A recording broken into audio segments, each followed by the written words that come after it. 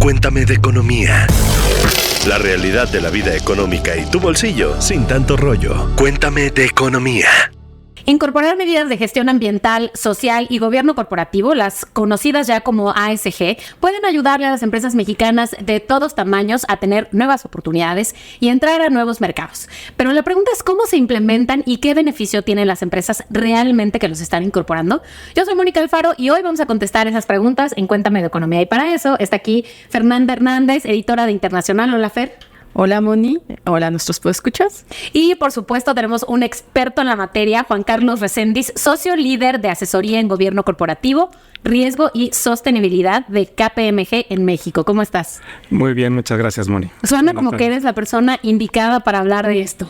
Veamos. Platiquemos. Es un tema muy divertido y muy amplio. Está padrísimo. Perfecto. A ver, a los escuchas que no saben qué son los criterios ASG, tranquilos que lo vamos a hablar desde la casilla 1, lo vamos a explicar. Así que vamos a empezar por qué son estos criterios, qué significan las siglas y por qué nos deberían de importar, Fer. Claro, creo que cuando escuchas así criterios ASG es como eso con que se come, ¿verdad? Suena lejano. Sí, suena súper lejano, pero creo que todos hemos tenido en conversaciones sobre mesa o algo, estamos cada vez hablando más de temas como los derechos de las mujeres, la equidad de género, los derechos humanos, nuestros derechos laborales y también de otros temas, ¿no? Estamos hablando cada vez más de cambio climático, no sé. Hace unas semanas en Acapulco tuvimos como una consecuencia muy grave del cambio climático. Claro, todavía no creen en el cambio climático. Exacto. Para quien no creía. Entonces, es un tema que en la agenda se está poniendo más, por lo menos los temas ambientales y sociales. Igual eso no está tanto en la agenda pública del día a día, pero también para las empresas ya se ha vuelto cada vez más común hablar de gobierno corporativo, de profesionalizar a sus liderazgos, tal. Bueno, eso que acabo de explicar como en un buen cristiano, es los criterios ASG, es decir, criterios de gestión ambiental, social y de gobierno corporativo que cada vez más empresas van incorporando, sobre todo mientras se van integrando a cadenas de valor globales. A ver, eso no quiere decir que una empresa que no tenga esos criterios no puede hacer su acta constitutiva, o sea, no es que no puede operar, ¿no? Sí, es correcto. De hecho, puede operar incluso sin tener incorporados los criterios y tener cierto éxito, ¿no? Pero si los incorporara, aumentaría su capacidad de gestión, su capacidad de alcance comercial y serían muy eficientes, ¿no? Entonces, podrían conectar, como decía Fer, con las grandes cadenas de suministro, ¿no? O sea, si yo vendo en Europa o en Estados Unidos, ellos están caminando hacia allá y están pidiendo que sus proveedores cuenten con este tipo de factores en su gestión, ¿no? Sí, como estabas diciendo, pues tampoco es algo que surgió de la nada o que no nada más viene. O sea, por ejemplo, creo que en otros continentes, en Europa, se ha avanzado mucho más en esta implementación, o creo que es ahí donde surge. Pero ¿cómo vamos en México con esto? Okay, sí, tienes toda la razón. Europa es quien más ha avanzado en el tema, quien lleva muchos años implementando cosas. Hay regulaciones desde muchas perspectivas. Estados Unidos recientemente se subió al tema, 4 años por ahí. Antes no lo veían con esa claridad. Hoy los grandes fondos como BlackRock pide a su portafolio de empresas que gestionen estos temas, ¿no? Que los incorporen como parte fundamental de su gestión en el día a día. Y a ver, todo esto suena tal vez lejano, pero ojo que las empresas, o sea, justo las pequeñas y medianas y las empresas familiares incluso, tendrían que estar tratando de entrarle a esto en menor o mayor medida, y ahorita vamos a explicar cómo ir para allá, ¿no? A ver, lo que queda claro es que estamos hoy en el mundo, está clarísimo que la ONU ha dicho esto es el apocalipsis climático, sí. Por favor, para muestra más un botón, y que los temas sociales se toman cada vez más relevancia, no solo en términos, en términos incluso de los propios clientes, ¿no? Fer, ¿qué se están perdiendo las empresas que están olvidando esto en un cajón, que lo están ignorando? En primera, sobre todo quiero centrarme en la parte de gobierno corporativo. Lo que están perdiendo son oportunidades de tener una gestión mucho más eficiente de sus recursos, de que, no sé, si tienen disputas o algo, pues la gestión corporativa les permite tener herramientas para resolverlas o para tener en general un mejor manejo de los recursos humanos, del dinero, pues también. Entonces, en primer lugar se pierde eso, se pierden tener un negocio más eficiente. ¿Qué también se pierden? Se pierde la oportunidad de participar en cadenas de valor más importantes. O sea, como lo estaba diciendo Juan Carlos, muy bien, Europa, si quieres irte a hacer negocios, haz cualquier país de la Unión Europea o a Suiza, te lo van a exigir. Te van a exigir que estés cumpliendo con este tipo de criterios, esta normativa. Como decimos, no es obligatorio, no es como que tengas que cumplirlo ya, pero en Europa sí se está volviendo cada vez más obligatorio, por lo menos que estés cumpliendo, por ejemplo, criterios de transición energética, para hablar de medio ambiente en el caso, o criterios también como de que contrates a cierto número de mujeres, en fin, a ciertas disidencias, en fin, que cumplas también más diversidad. Entonces, te estás perdiendo la oportunidad de poder hacer negocio fuera de México. Y sobre todo pensando en el momento del nearshoring, así que luego hablamos un poco más sobre el tema. Y también te estás perdiendo, puedes perder mucho, porque por ejemplo el cambio climático está generando grandes pérdidas económicas. Entonces, si no te estás preparando para el cambio climático, que ya está teniendo consecuencias en pérdidas de infraestructura, en pérdida de negocios, también puedes perder quizás hasta todo tu negocio. Entonces, no es poca cosa las oportunidades. Y otra cosa que también ya estaba contando Juan Carlos, te estás perdiendo de muy buena financiación. Igual los fondos de inversión están cada vez más interesados en que cumplas alguno de estos o que cumplas los 3. Y entonces eso no aplica solamente para empresas o negocios que quieren hacer negocios en Europa. O sea, aplica también para empresas pequeñas, desde las familiares, ¿no? Pequeñas, medianas, de todos los tamaños, ¿no? El tema de gobierno corporativo, en especial para las empresas pequeñas y medianas, les puede representar una herramienta genial para el largo plazo, pensando en el largo plazo no de 5 o 10 años, sino traspasos generacionales, ¿no? O sea, que puedan generar una empresa que sea un activo familiar y que con los cambios generacionales no se rompa, ¿no? No se rompa esa visión que a lo mejor tuvo un fundador, y que logró muchas cosas, y que lamentablemente conocemos historias donde la segunda generación o la tercera generación empiezan a acabar poco a poco con el negocio, ¿no? Por no tener, haber hecho acuerdos y definir reglas a partir de esos acuerdos sobre aspectos importantes, ¿no? El gobierno corporativo está las decisiones importantes de la organización.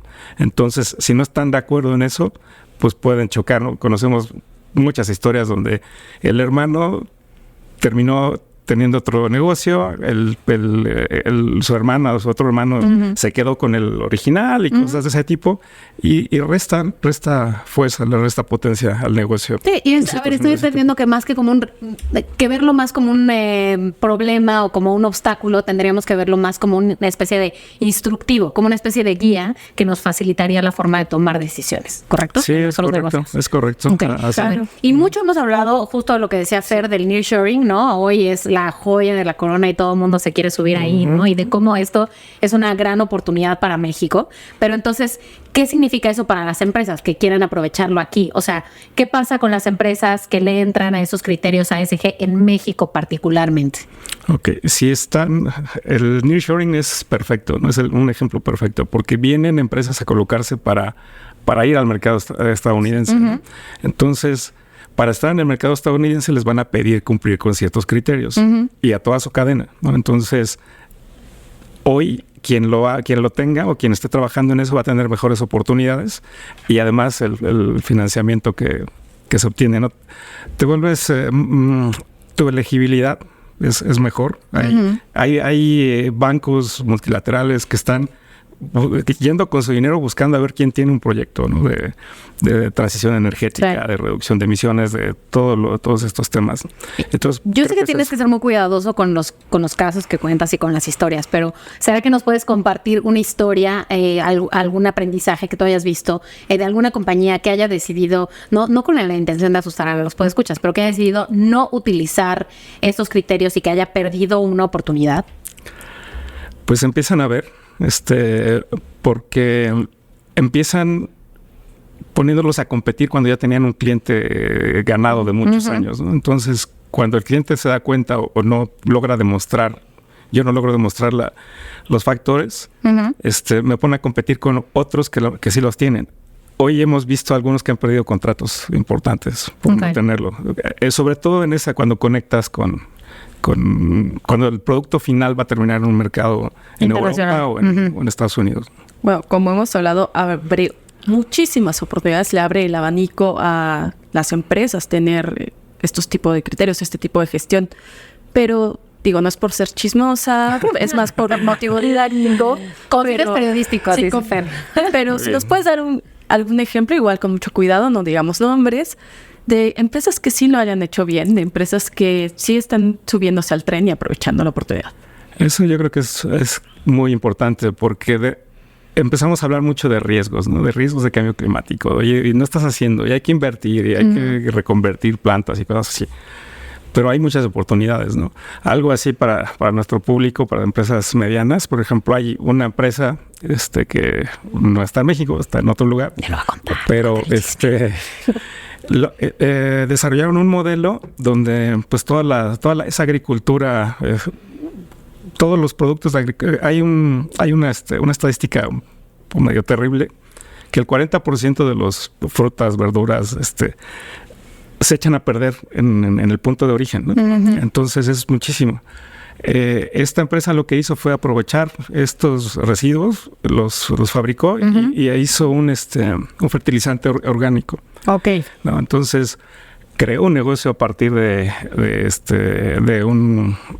resolver un problema ambiental o ecológico. Entonces resuelve el problema y además que genera una empresa bastante rentable. Sí, elimina la merma y crea un nuevo, digamos, una nueva vertiente de negocio. Ok.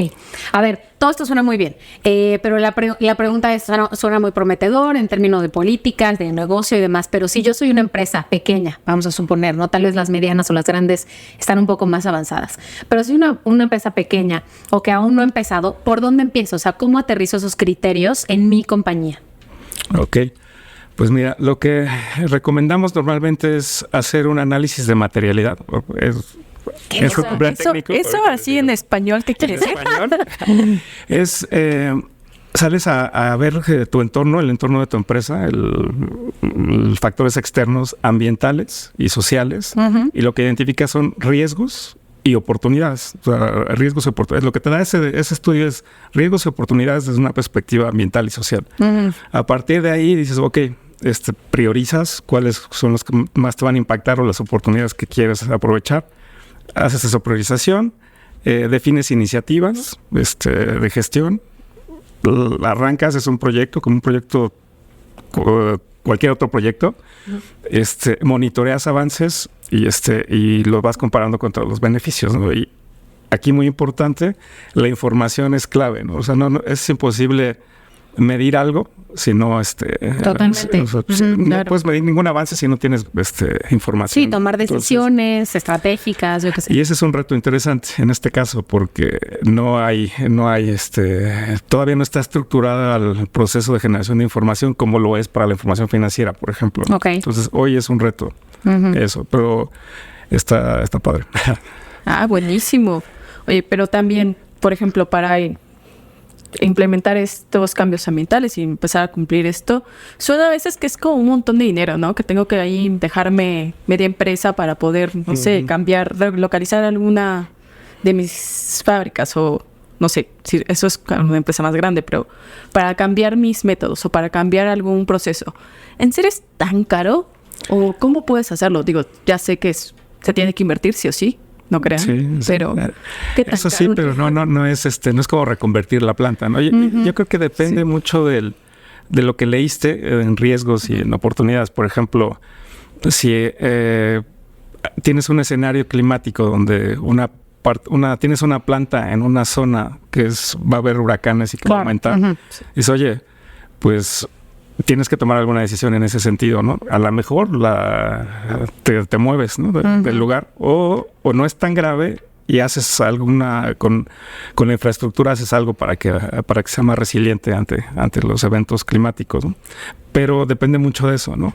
Oye, en el ejemplo que les digo de la empresa es una empresa española, pues no hicieron la inversión, finalmente fue más bien la idea, ¿no? La generación.